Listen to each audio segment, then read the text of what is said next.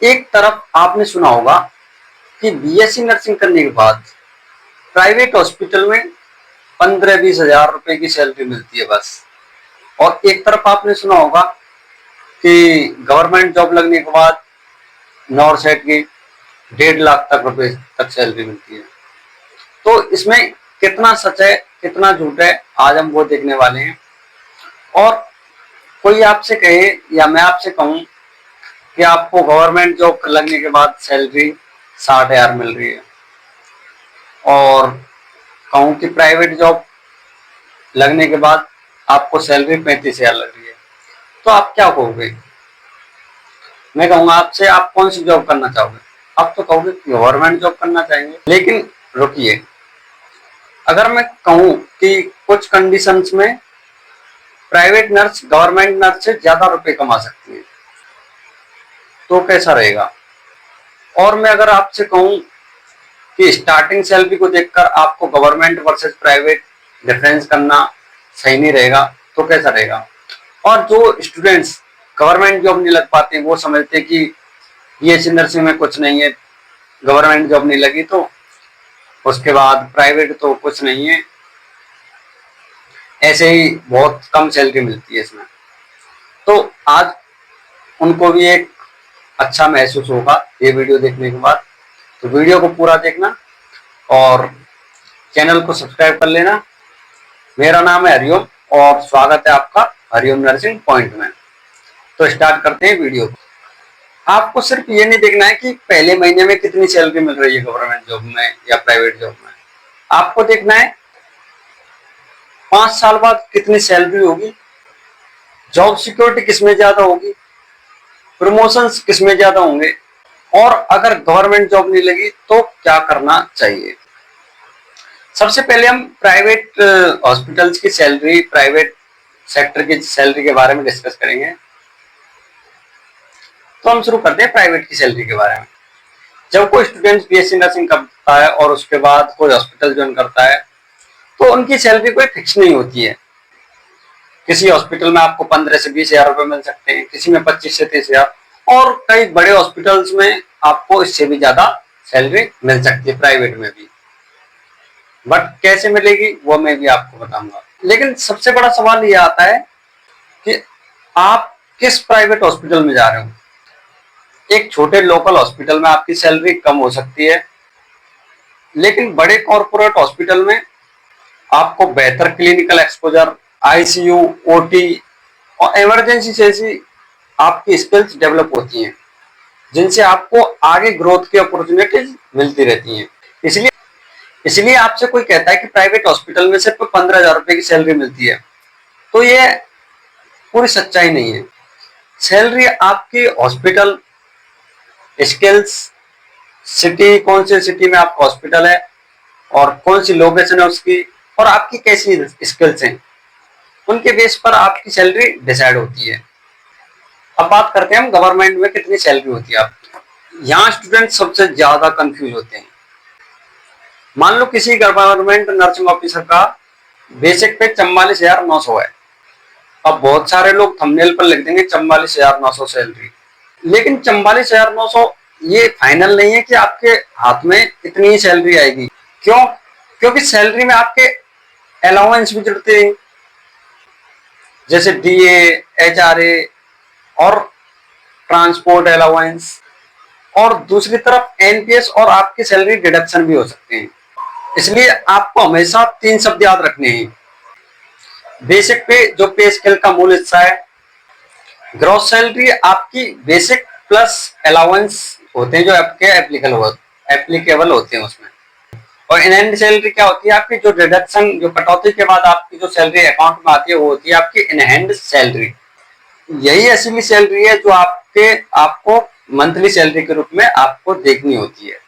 इसलिए यूट्यूब पर आपसे कोई बोले कि नर्सिंग ऑफिसर की सैलरी 1.5 लाख होती है, तो उससे पूछो कि ये बेसिक है या ग्रोस लेवल है या इनहैंड है। ये तीनों एक ही नहीं होते। बात करेंगे हम एक एग्जाम्पल्स की। चलो एक हाइपोथेटिकल एग्जाम्पल लेते हैं। मान लो नर्स ए जो प्राइवेट जॉब कर रही है, जिसकी स्टार्टिंग सैलरी 25,000, और एक नर्स भी है जो गवर्नमेंट जॉब कर रही है, जिसकी starting in and salary private salary से काफी ज्यादा हो सकती है, और जो डिसाइड होती है आपकी सिटी पर, लोकेशन पर, जो कौन सी सिटी में कौन सी लोकेशन पर आपका हॉस्पिटल है, अलाउंस पर और डिडक्शन पर, जो आपकी निर्भर करती है गवर्नमेंट सैलरी। लेकिन अब चलते हैं हम 5 साल आगे। 5 साल बाद क्या होगा? प्राइवेट सेक्टर में आप सिर्फ उसी डेजिग्नेशन पर काम कर रहे हैं, तो आपकी सैलरी ग्रोथ बहुत स्लो हो सकती है, आपकी बहुत कम सैलरी बढ़ेगी।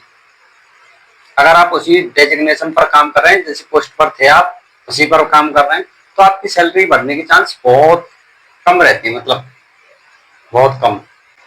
लेकिन अगर आपने ICU, OT, NICU, emergency, critical care जैसी स्किल्स डेवलप की और आपने एक्सपीरियंस लिया और बेहतर ऑर्गेनाइजेशन में स्विच किया आपने, तो आपकी अर्निंग काफी इंप्रूव हो सकती है।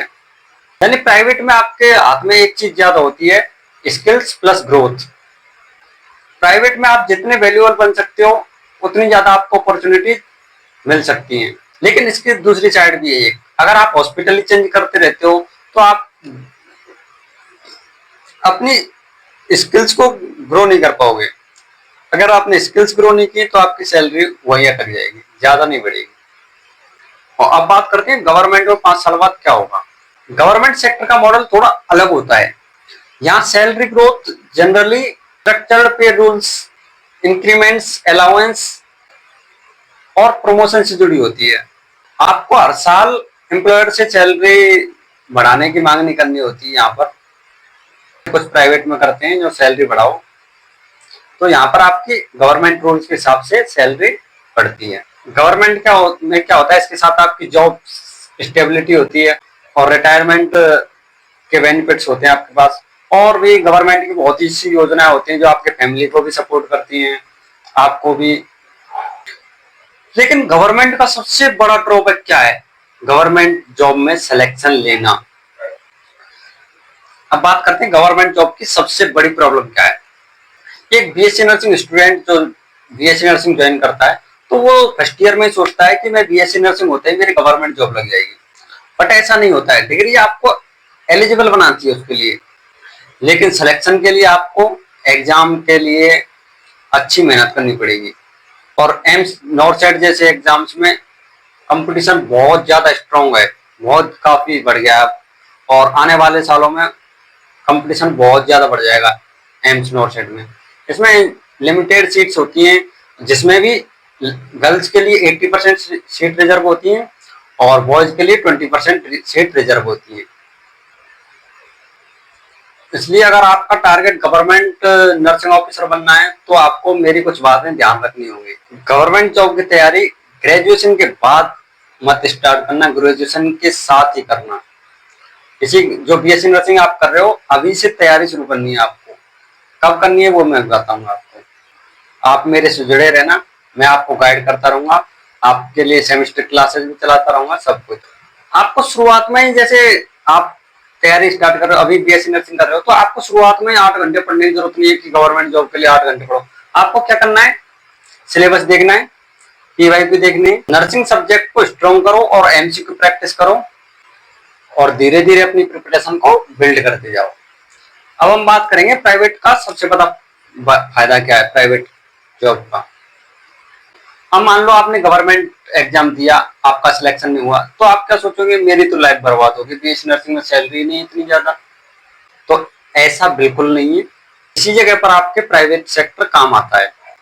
आप एक अच्छा प्राइवेट हॉस्पिटल ज्वाइन कर सकते हो, एक्सपीरियंस ले सकते हो वहां से, क्लिनिकल स्किल्स को इम्प्रूव कर सकते हो वहां से, और साथ ही में गवर्नमेंट जॉब की आप प्रिपरेशन कर सकते हो। इसलिए मैं प्राइवेट जॉब को सिर्फ, जैसे गवर्नमेंट नहीं मिली तो मजबूरी में प्राइवेट नहीं मानता। कई स्टूडेंट के लिए private job career building step हो सकता है।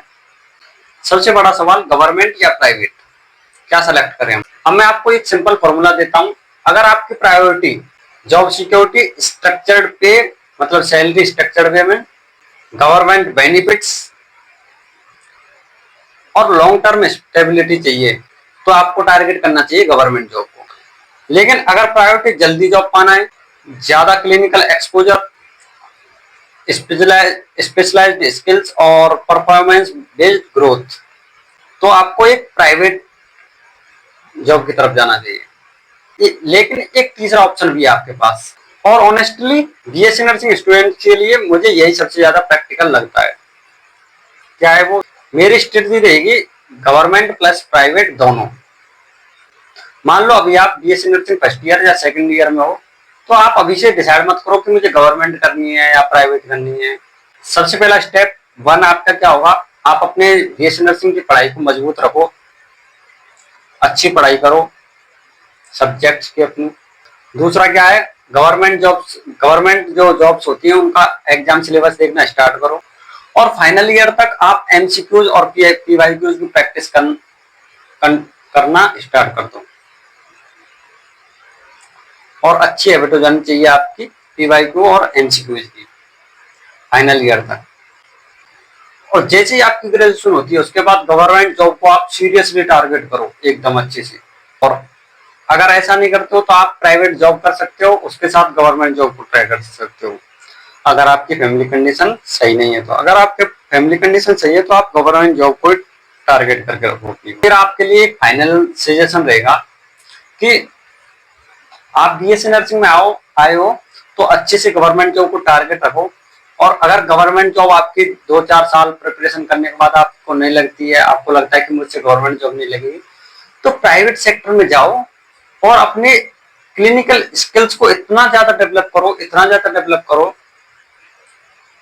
कि आपको सैलरी बहुत हाई तक जाए। ऐसा नहीं है कि सैलरी हाई तक नहीं जाती, जो कहते हैं 10 से 15,000, 20,000, 25,000 तक सैलरी जाती है, वो उनकी जाती है जो मेहनत नहीं करना चाहते। अगर आप मेहनत करना चाहोगे तो सीरियसली आपके अच्छे अच्छे गवर्नमेंट अच्छे अच्छे प्राइवेट बड़े बड़े हॉस्पिटल्स हैं, उनमें आप जॉब कर सकते हो। उनमें अच्छी सैलरी होती है, 40-50 हजार रुपए आराम से मिल सकते हैं आपको, 60,000 भी। और बड़े बड़े हॉस्पिटल्स में तो आपकी सैलरी बहुत अच्छी होती है बीएससी नर्सिंग में। इसलिए आप कभी ये मत मानो कि गवर्नमेंट जॉब नहीं लगेगी तो प्राइवेट में कुछ नहीं है। प्राइवेट में आपको सिर्फ इतना है कि मेहनत ज्यादा करनी पड़ेगी शुरू में, और मेहनत हर एक फील्ड में करनी पड़ती है आपको। और मेहनत करोगे, अपने स्किल्स को डेवलप करोगे तो प्राइवेट सेक्टर बहुत अच्छा है आपके लिए, कोई दिक्कत नहीं है उसमें। और अगली वीडियो में लाऊंगा आपके लिए कि आपके लिए 10 बेस्ट गवर्नमेंट जॉब कौन कौन सी है, कौन कौन सी जॉब को आप टारगेट कर सकते हो, उसके ऊपर मैं अगली वीडियो लाऊंगा आपके लिए। तो आप चैनल को सब्सक्राइब कर देना, जरूर कर लें सब्सक्राइब, क्योंकि ऐसी इंफॉर्मेशन की वीडियो मैं आपके लिए लाता रहता हूँ। और वीडियो को लाइक कर देना अगर अच्छी लगी हो तो, और चैनल को जरूर सब्सक्राइब कर लेना और शेयर कर देना अपने दोस्तों के साथ इस वीडियो को, जिससे उनको भी पता चले कि प्राइवेट और गवर्नमेंट जॉब कैसे होती हैं। तो मिलते हैं अगली वीडियो में। थैंक यू, धन्यवाद आपका इस वीडियो को देखने के लिए।